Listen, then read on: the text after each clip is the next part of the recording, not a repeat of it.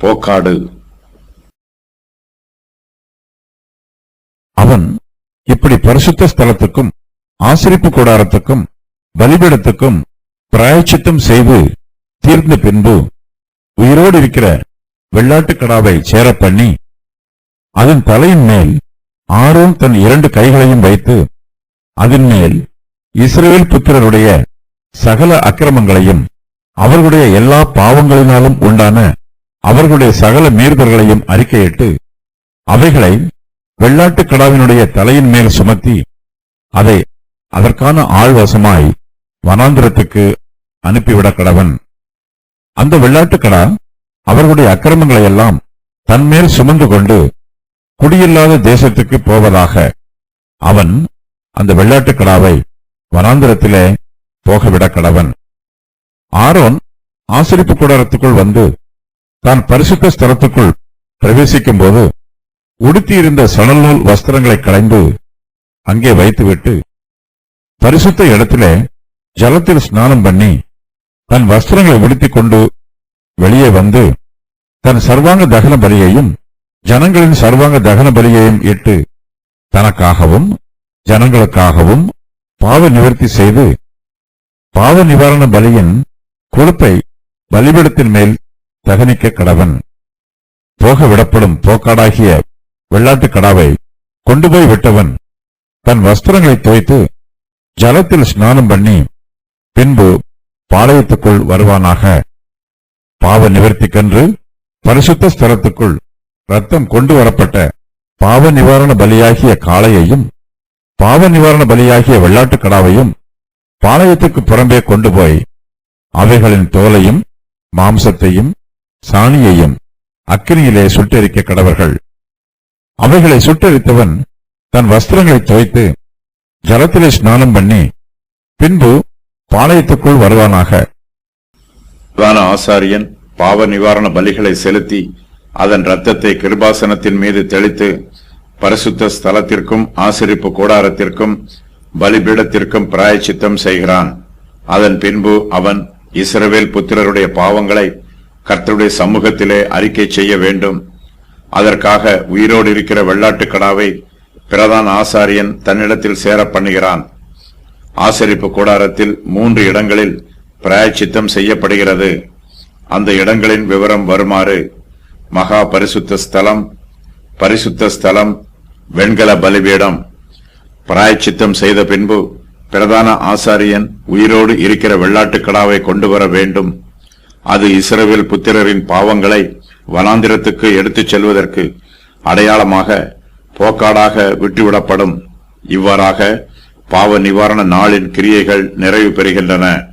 பிரதான ஆசாரியனாகிய ஆரோன் உயிரோடு இருக்கிற வெள்ளாட்டுக்கடாவினுடைய தலையின் மேல் தன் 2 கைகளையும் வைத்து இஸ்ரவேல் புத்திரருடைய பாவங்களை எல்லாம் அறிக்கை செய்கிறான்.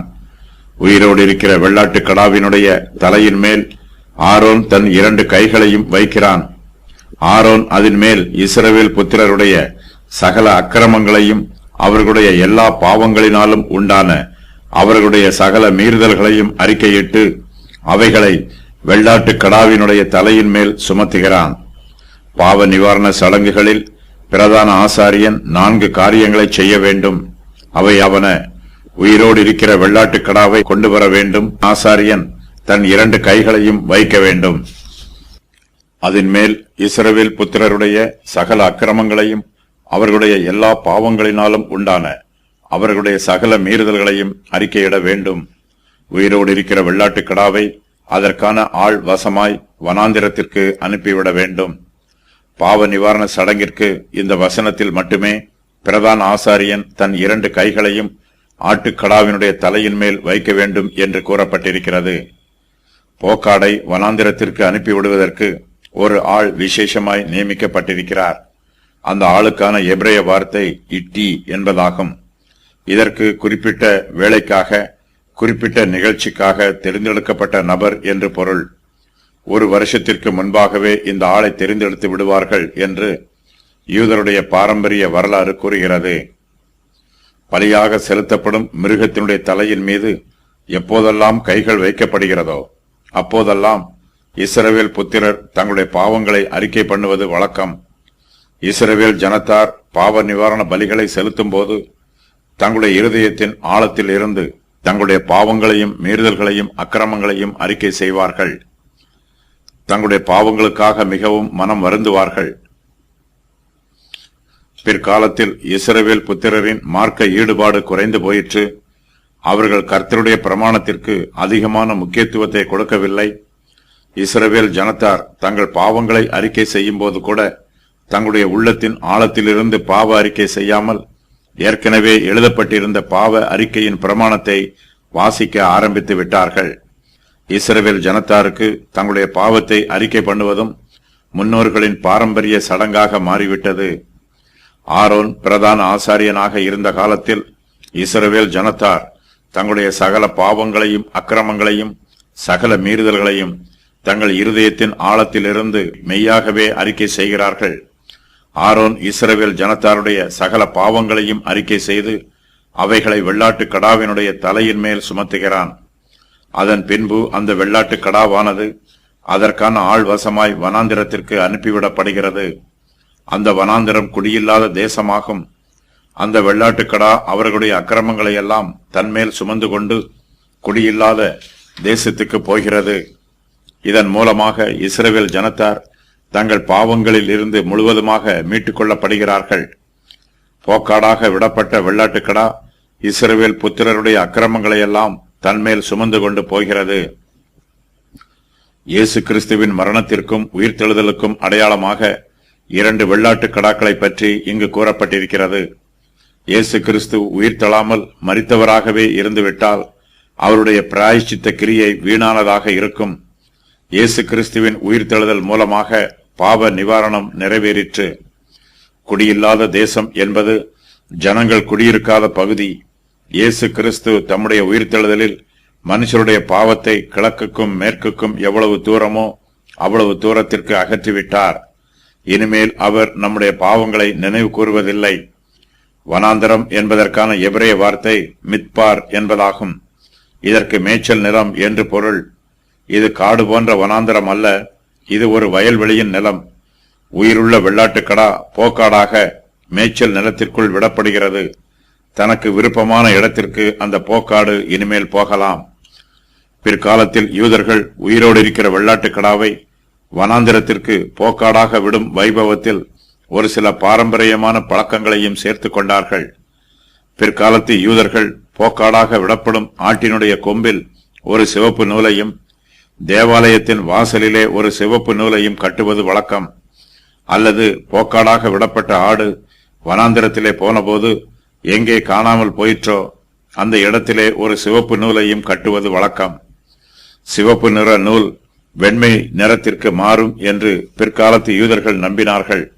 இரத்த சிவப்பான அவர்களுடைய பாவம் நிவர்த்தி பண்ணப்பட்டு அவர்கள் பஞ்சை போல வெண்மையான நிறத்தில் சுத்தமாய் இருக்கிறார்கள் என்பதற்கு இது அடையாளம். வழக்காடுவோம் வாருங்கள் என்று கர்த்தர் சொல்லுகிறார். உங்கள் பாவங்கள் சிவேரென்று இருந்தாலும் உறைந்த மலையைப் போல் வெண்மையாகும்.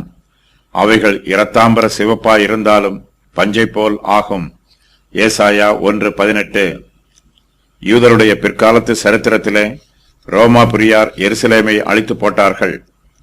எருசலேம் அழிக்கப்படுவதற்கு 40 வருஷங்களுக்கு முன்பிருந்து போக்காடாக விடப்பட்ட ஆட்டுக்கடாவினுடைய கொம்பில் கட்டப்பட்ட இரத்தாம்பர சிவப்பு நூலும் தேவாலயத்தின் வாசலிலே கட்டப்பட்ட இரத்தாம்பர சிவப்பு நூலும் வெண்மையான நிறமாக மாறவில்லை என்று யூதருடைய பாரம்பரிய சரித்திரம் சொல்லுகிறது.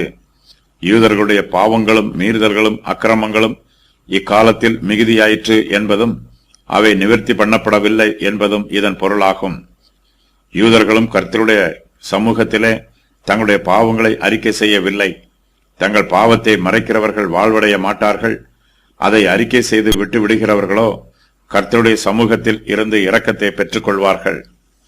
பிரதான ஆசாரியனாகிய ஆரோன் உயிரோடு இருக்கிற வெள்ளாட்டு கடாவை வனாந்திரத்திலே போக விடப்பட்ட பின்பு அவன் ஆசரிப்பு கூடாரத்திற்குள் வந்து தான் பரிசுத்த ஸ்தலத்திற்குள் பிரவேசிக்கும் போது உடுத்தியிருந்த சணல் நூல் வஸ்திரங்களை களைத்து அங்கே வைத்துவிட வேண்டும்.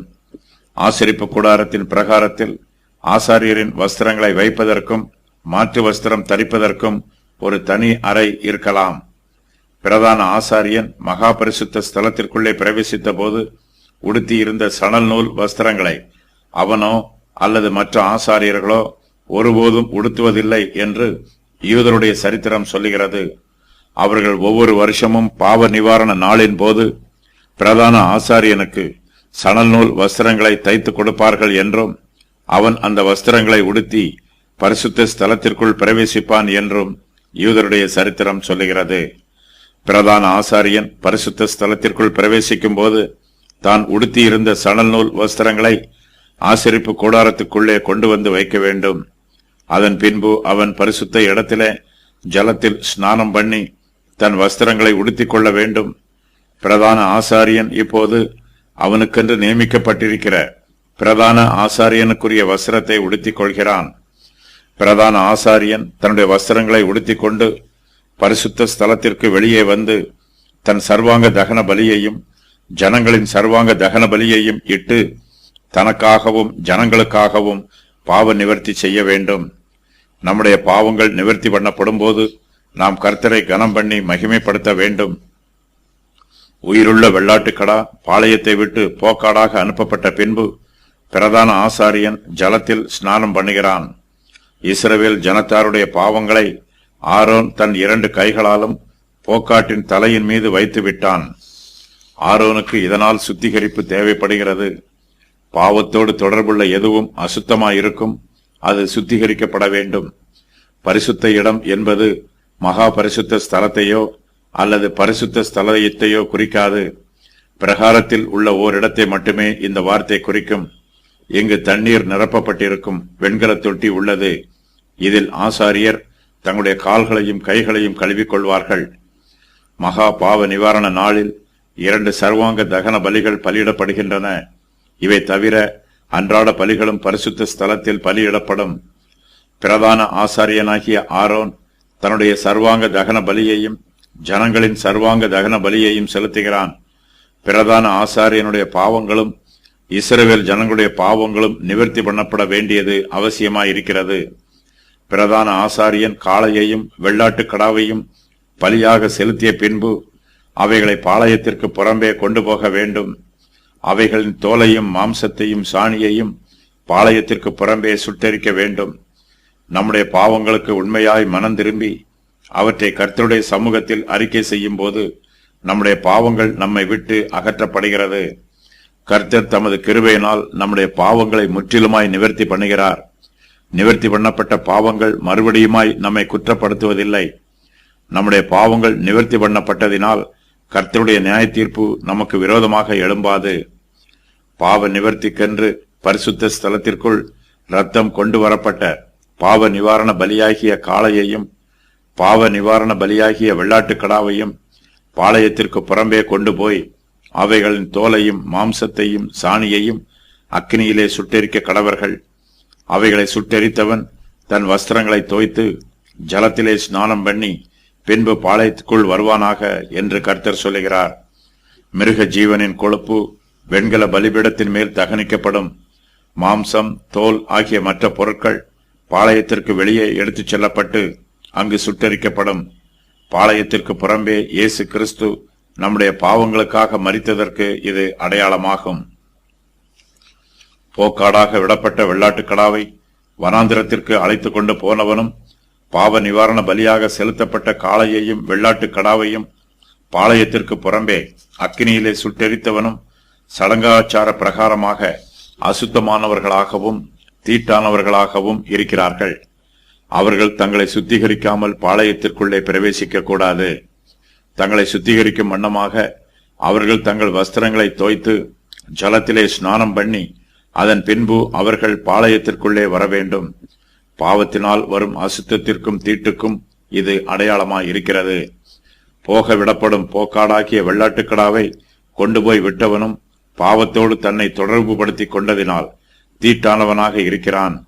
ஆகையினால் பாளையத்திற்குள் திரும்புவதற்கு முன்பாக இவனும் தன் வஸ்திரங்களை தோய்த்து ஜலத்தில் ஸ்நானம் பண்ண வேண்டும். பிரதான ஆசாரியன் இவை எல்லாவற்றையும் செய்து முடித்த பின்பு மறுபடியுமாக பரிசுத்த ஸ்தலத்திற்குள்ளே பிரவேசித்து கர்த்தருடைய சந்நிதியில் இருக்கும் பலிபீடத்தின் மேல் உள்ள நெருப்பு தளலினால் தூப கலசத்தை நிரப்ப வேண்டும். அதன் பின்பு பிரதான ஆசாரியன் மிகுந்த சந்தோஷத்தோடு பரிசுத்த ஸ்தலத்தில் இருந்து வெளியேறி தன்னுடைய வீட்டிற்கு போகலாம். கர்த்தர் தனக்கு கொடுத்திருக்கிற ஆசாரிய ஊழியத்தை பிரதான ஆசாரியன் செய்து முடித்திருக்கிறான். கர்த்தருடைய ஊழியத்தை செய்யும் போது அவன் செத்து போகாமல் உயிரோடு பிழைத்திருக்கிறான். ஆகையினால் பிரதான ஆசாரியன் தனக்கு நியமிக்கப்பட்ட ஆசாரிய ஊழியத்தை செய்து முடித்த பின்பு தான் செத்து போகாமல் உயிரோடு இருப்பதை நினைத்து மிகுந்த சந்தோஷமாய் தன்னுடைய வீட்டிற்கு திரும்பி போகிறான்.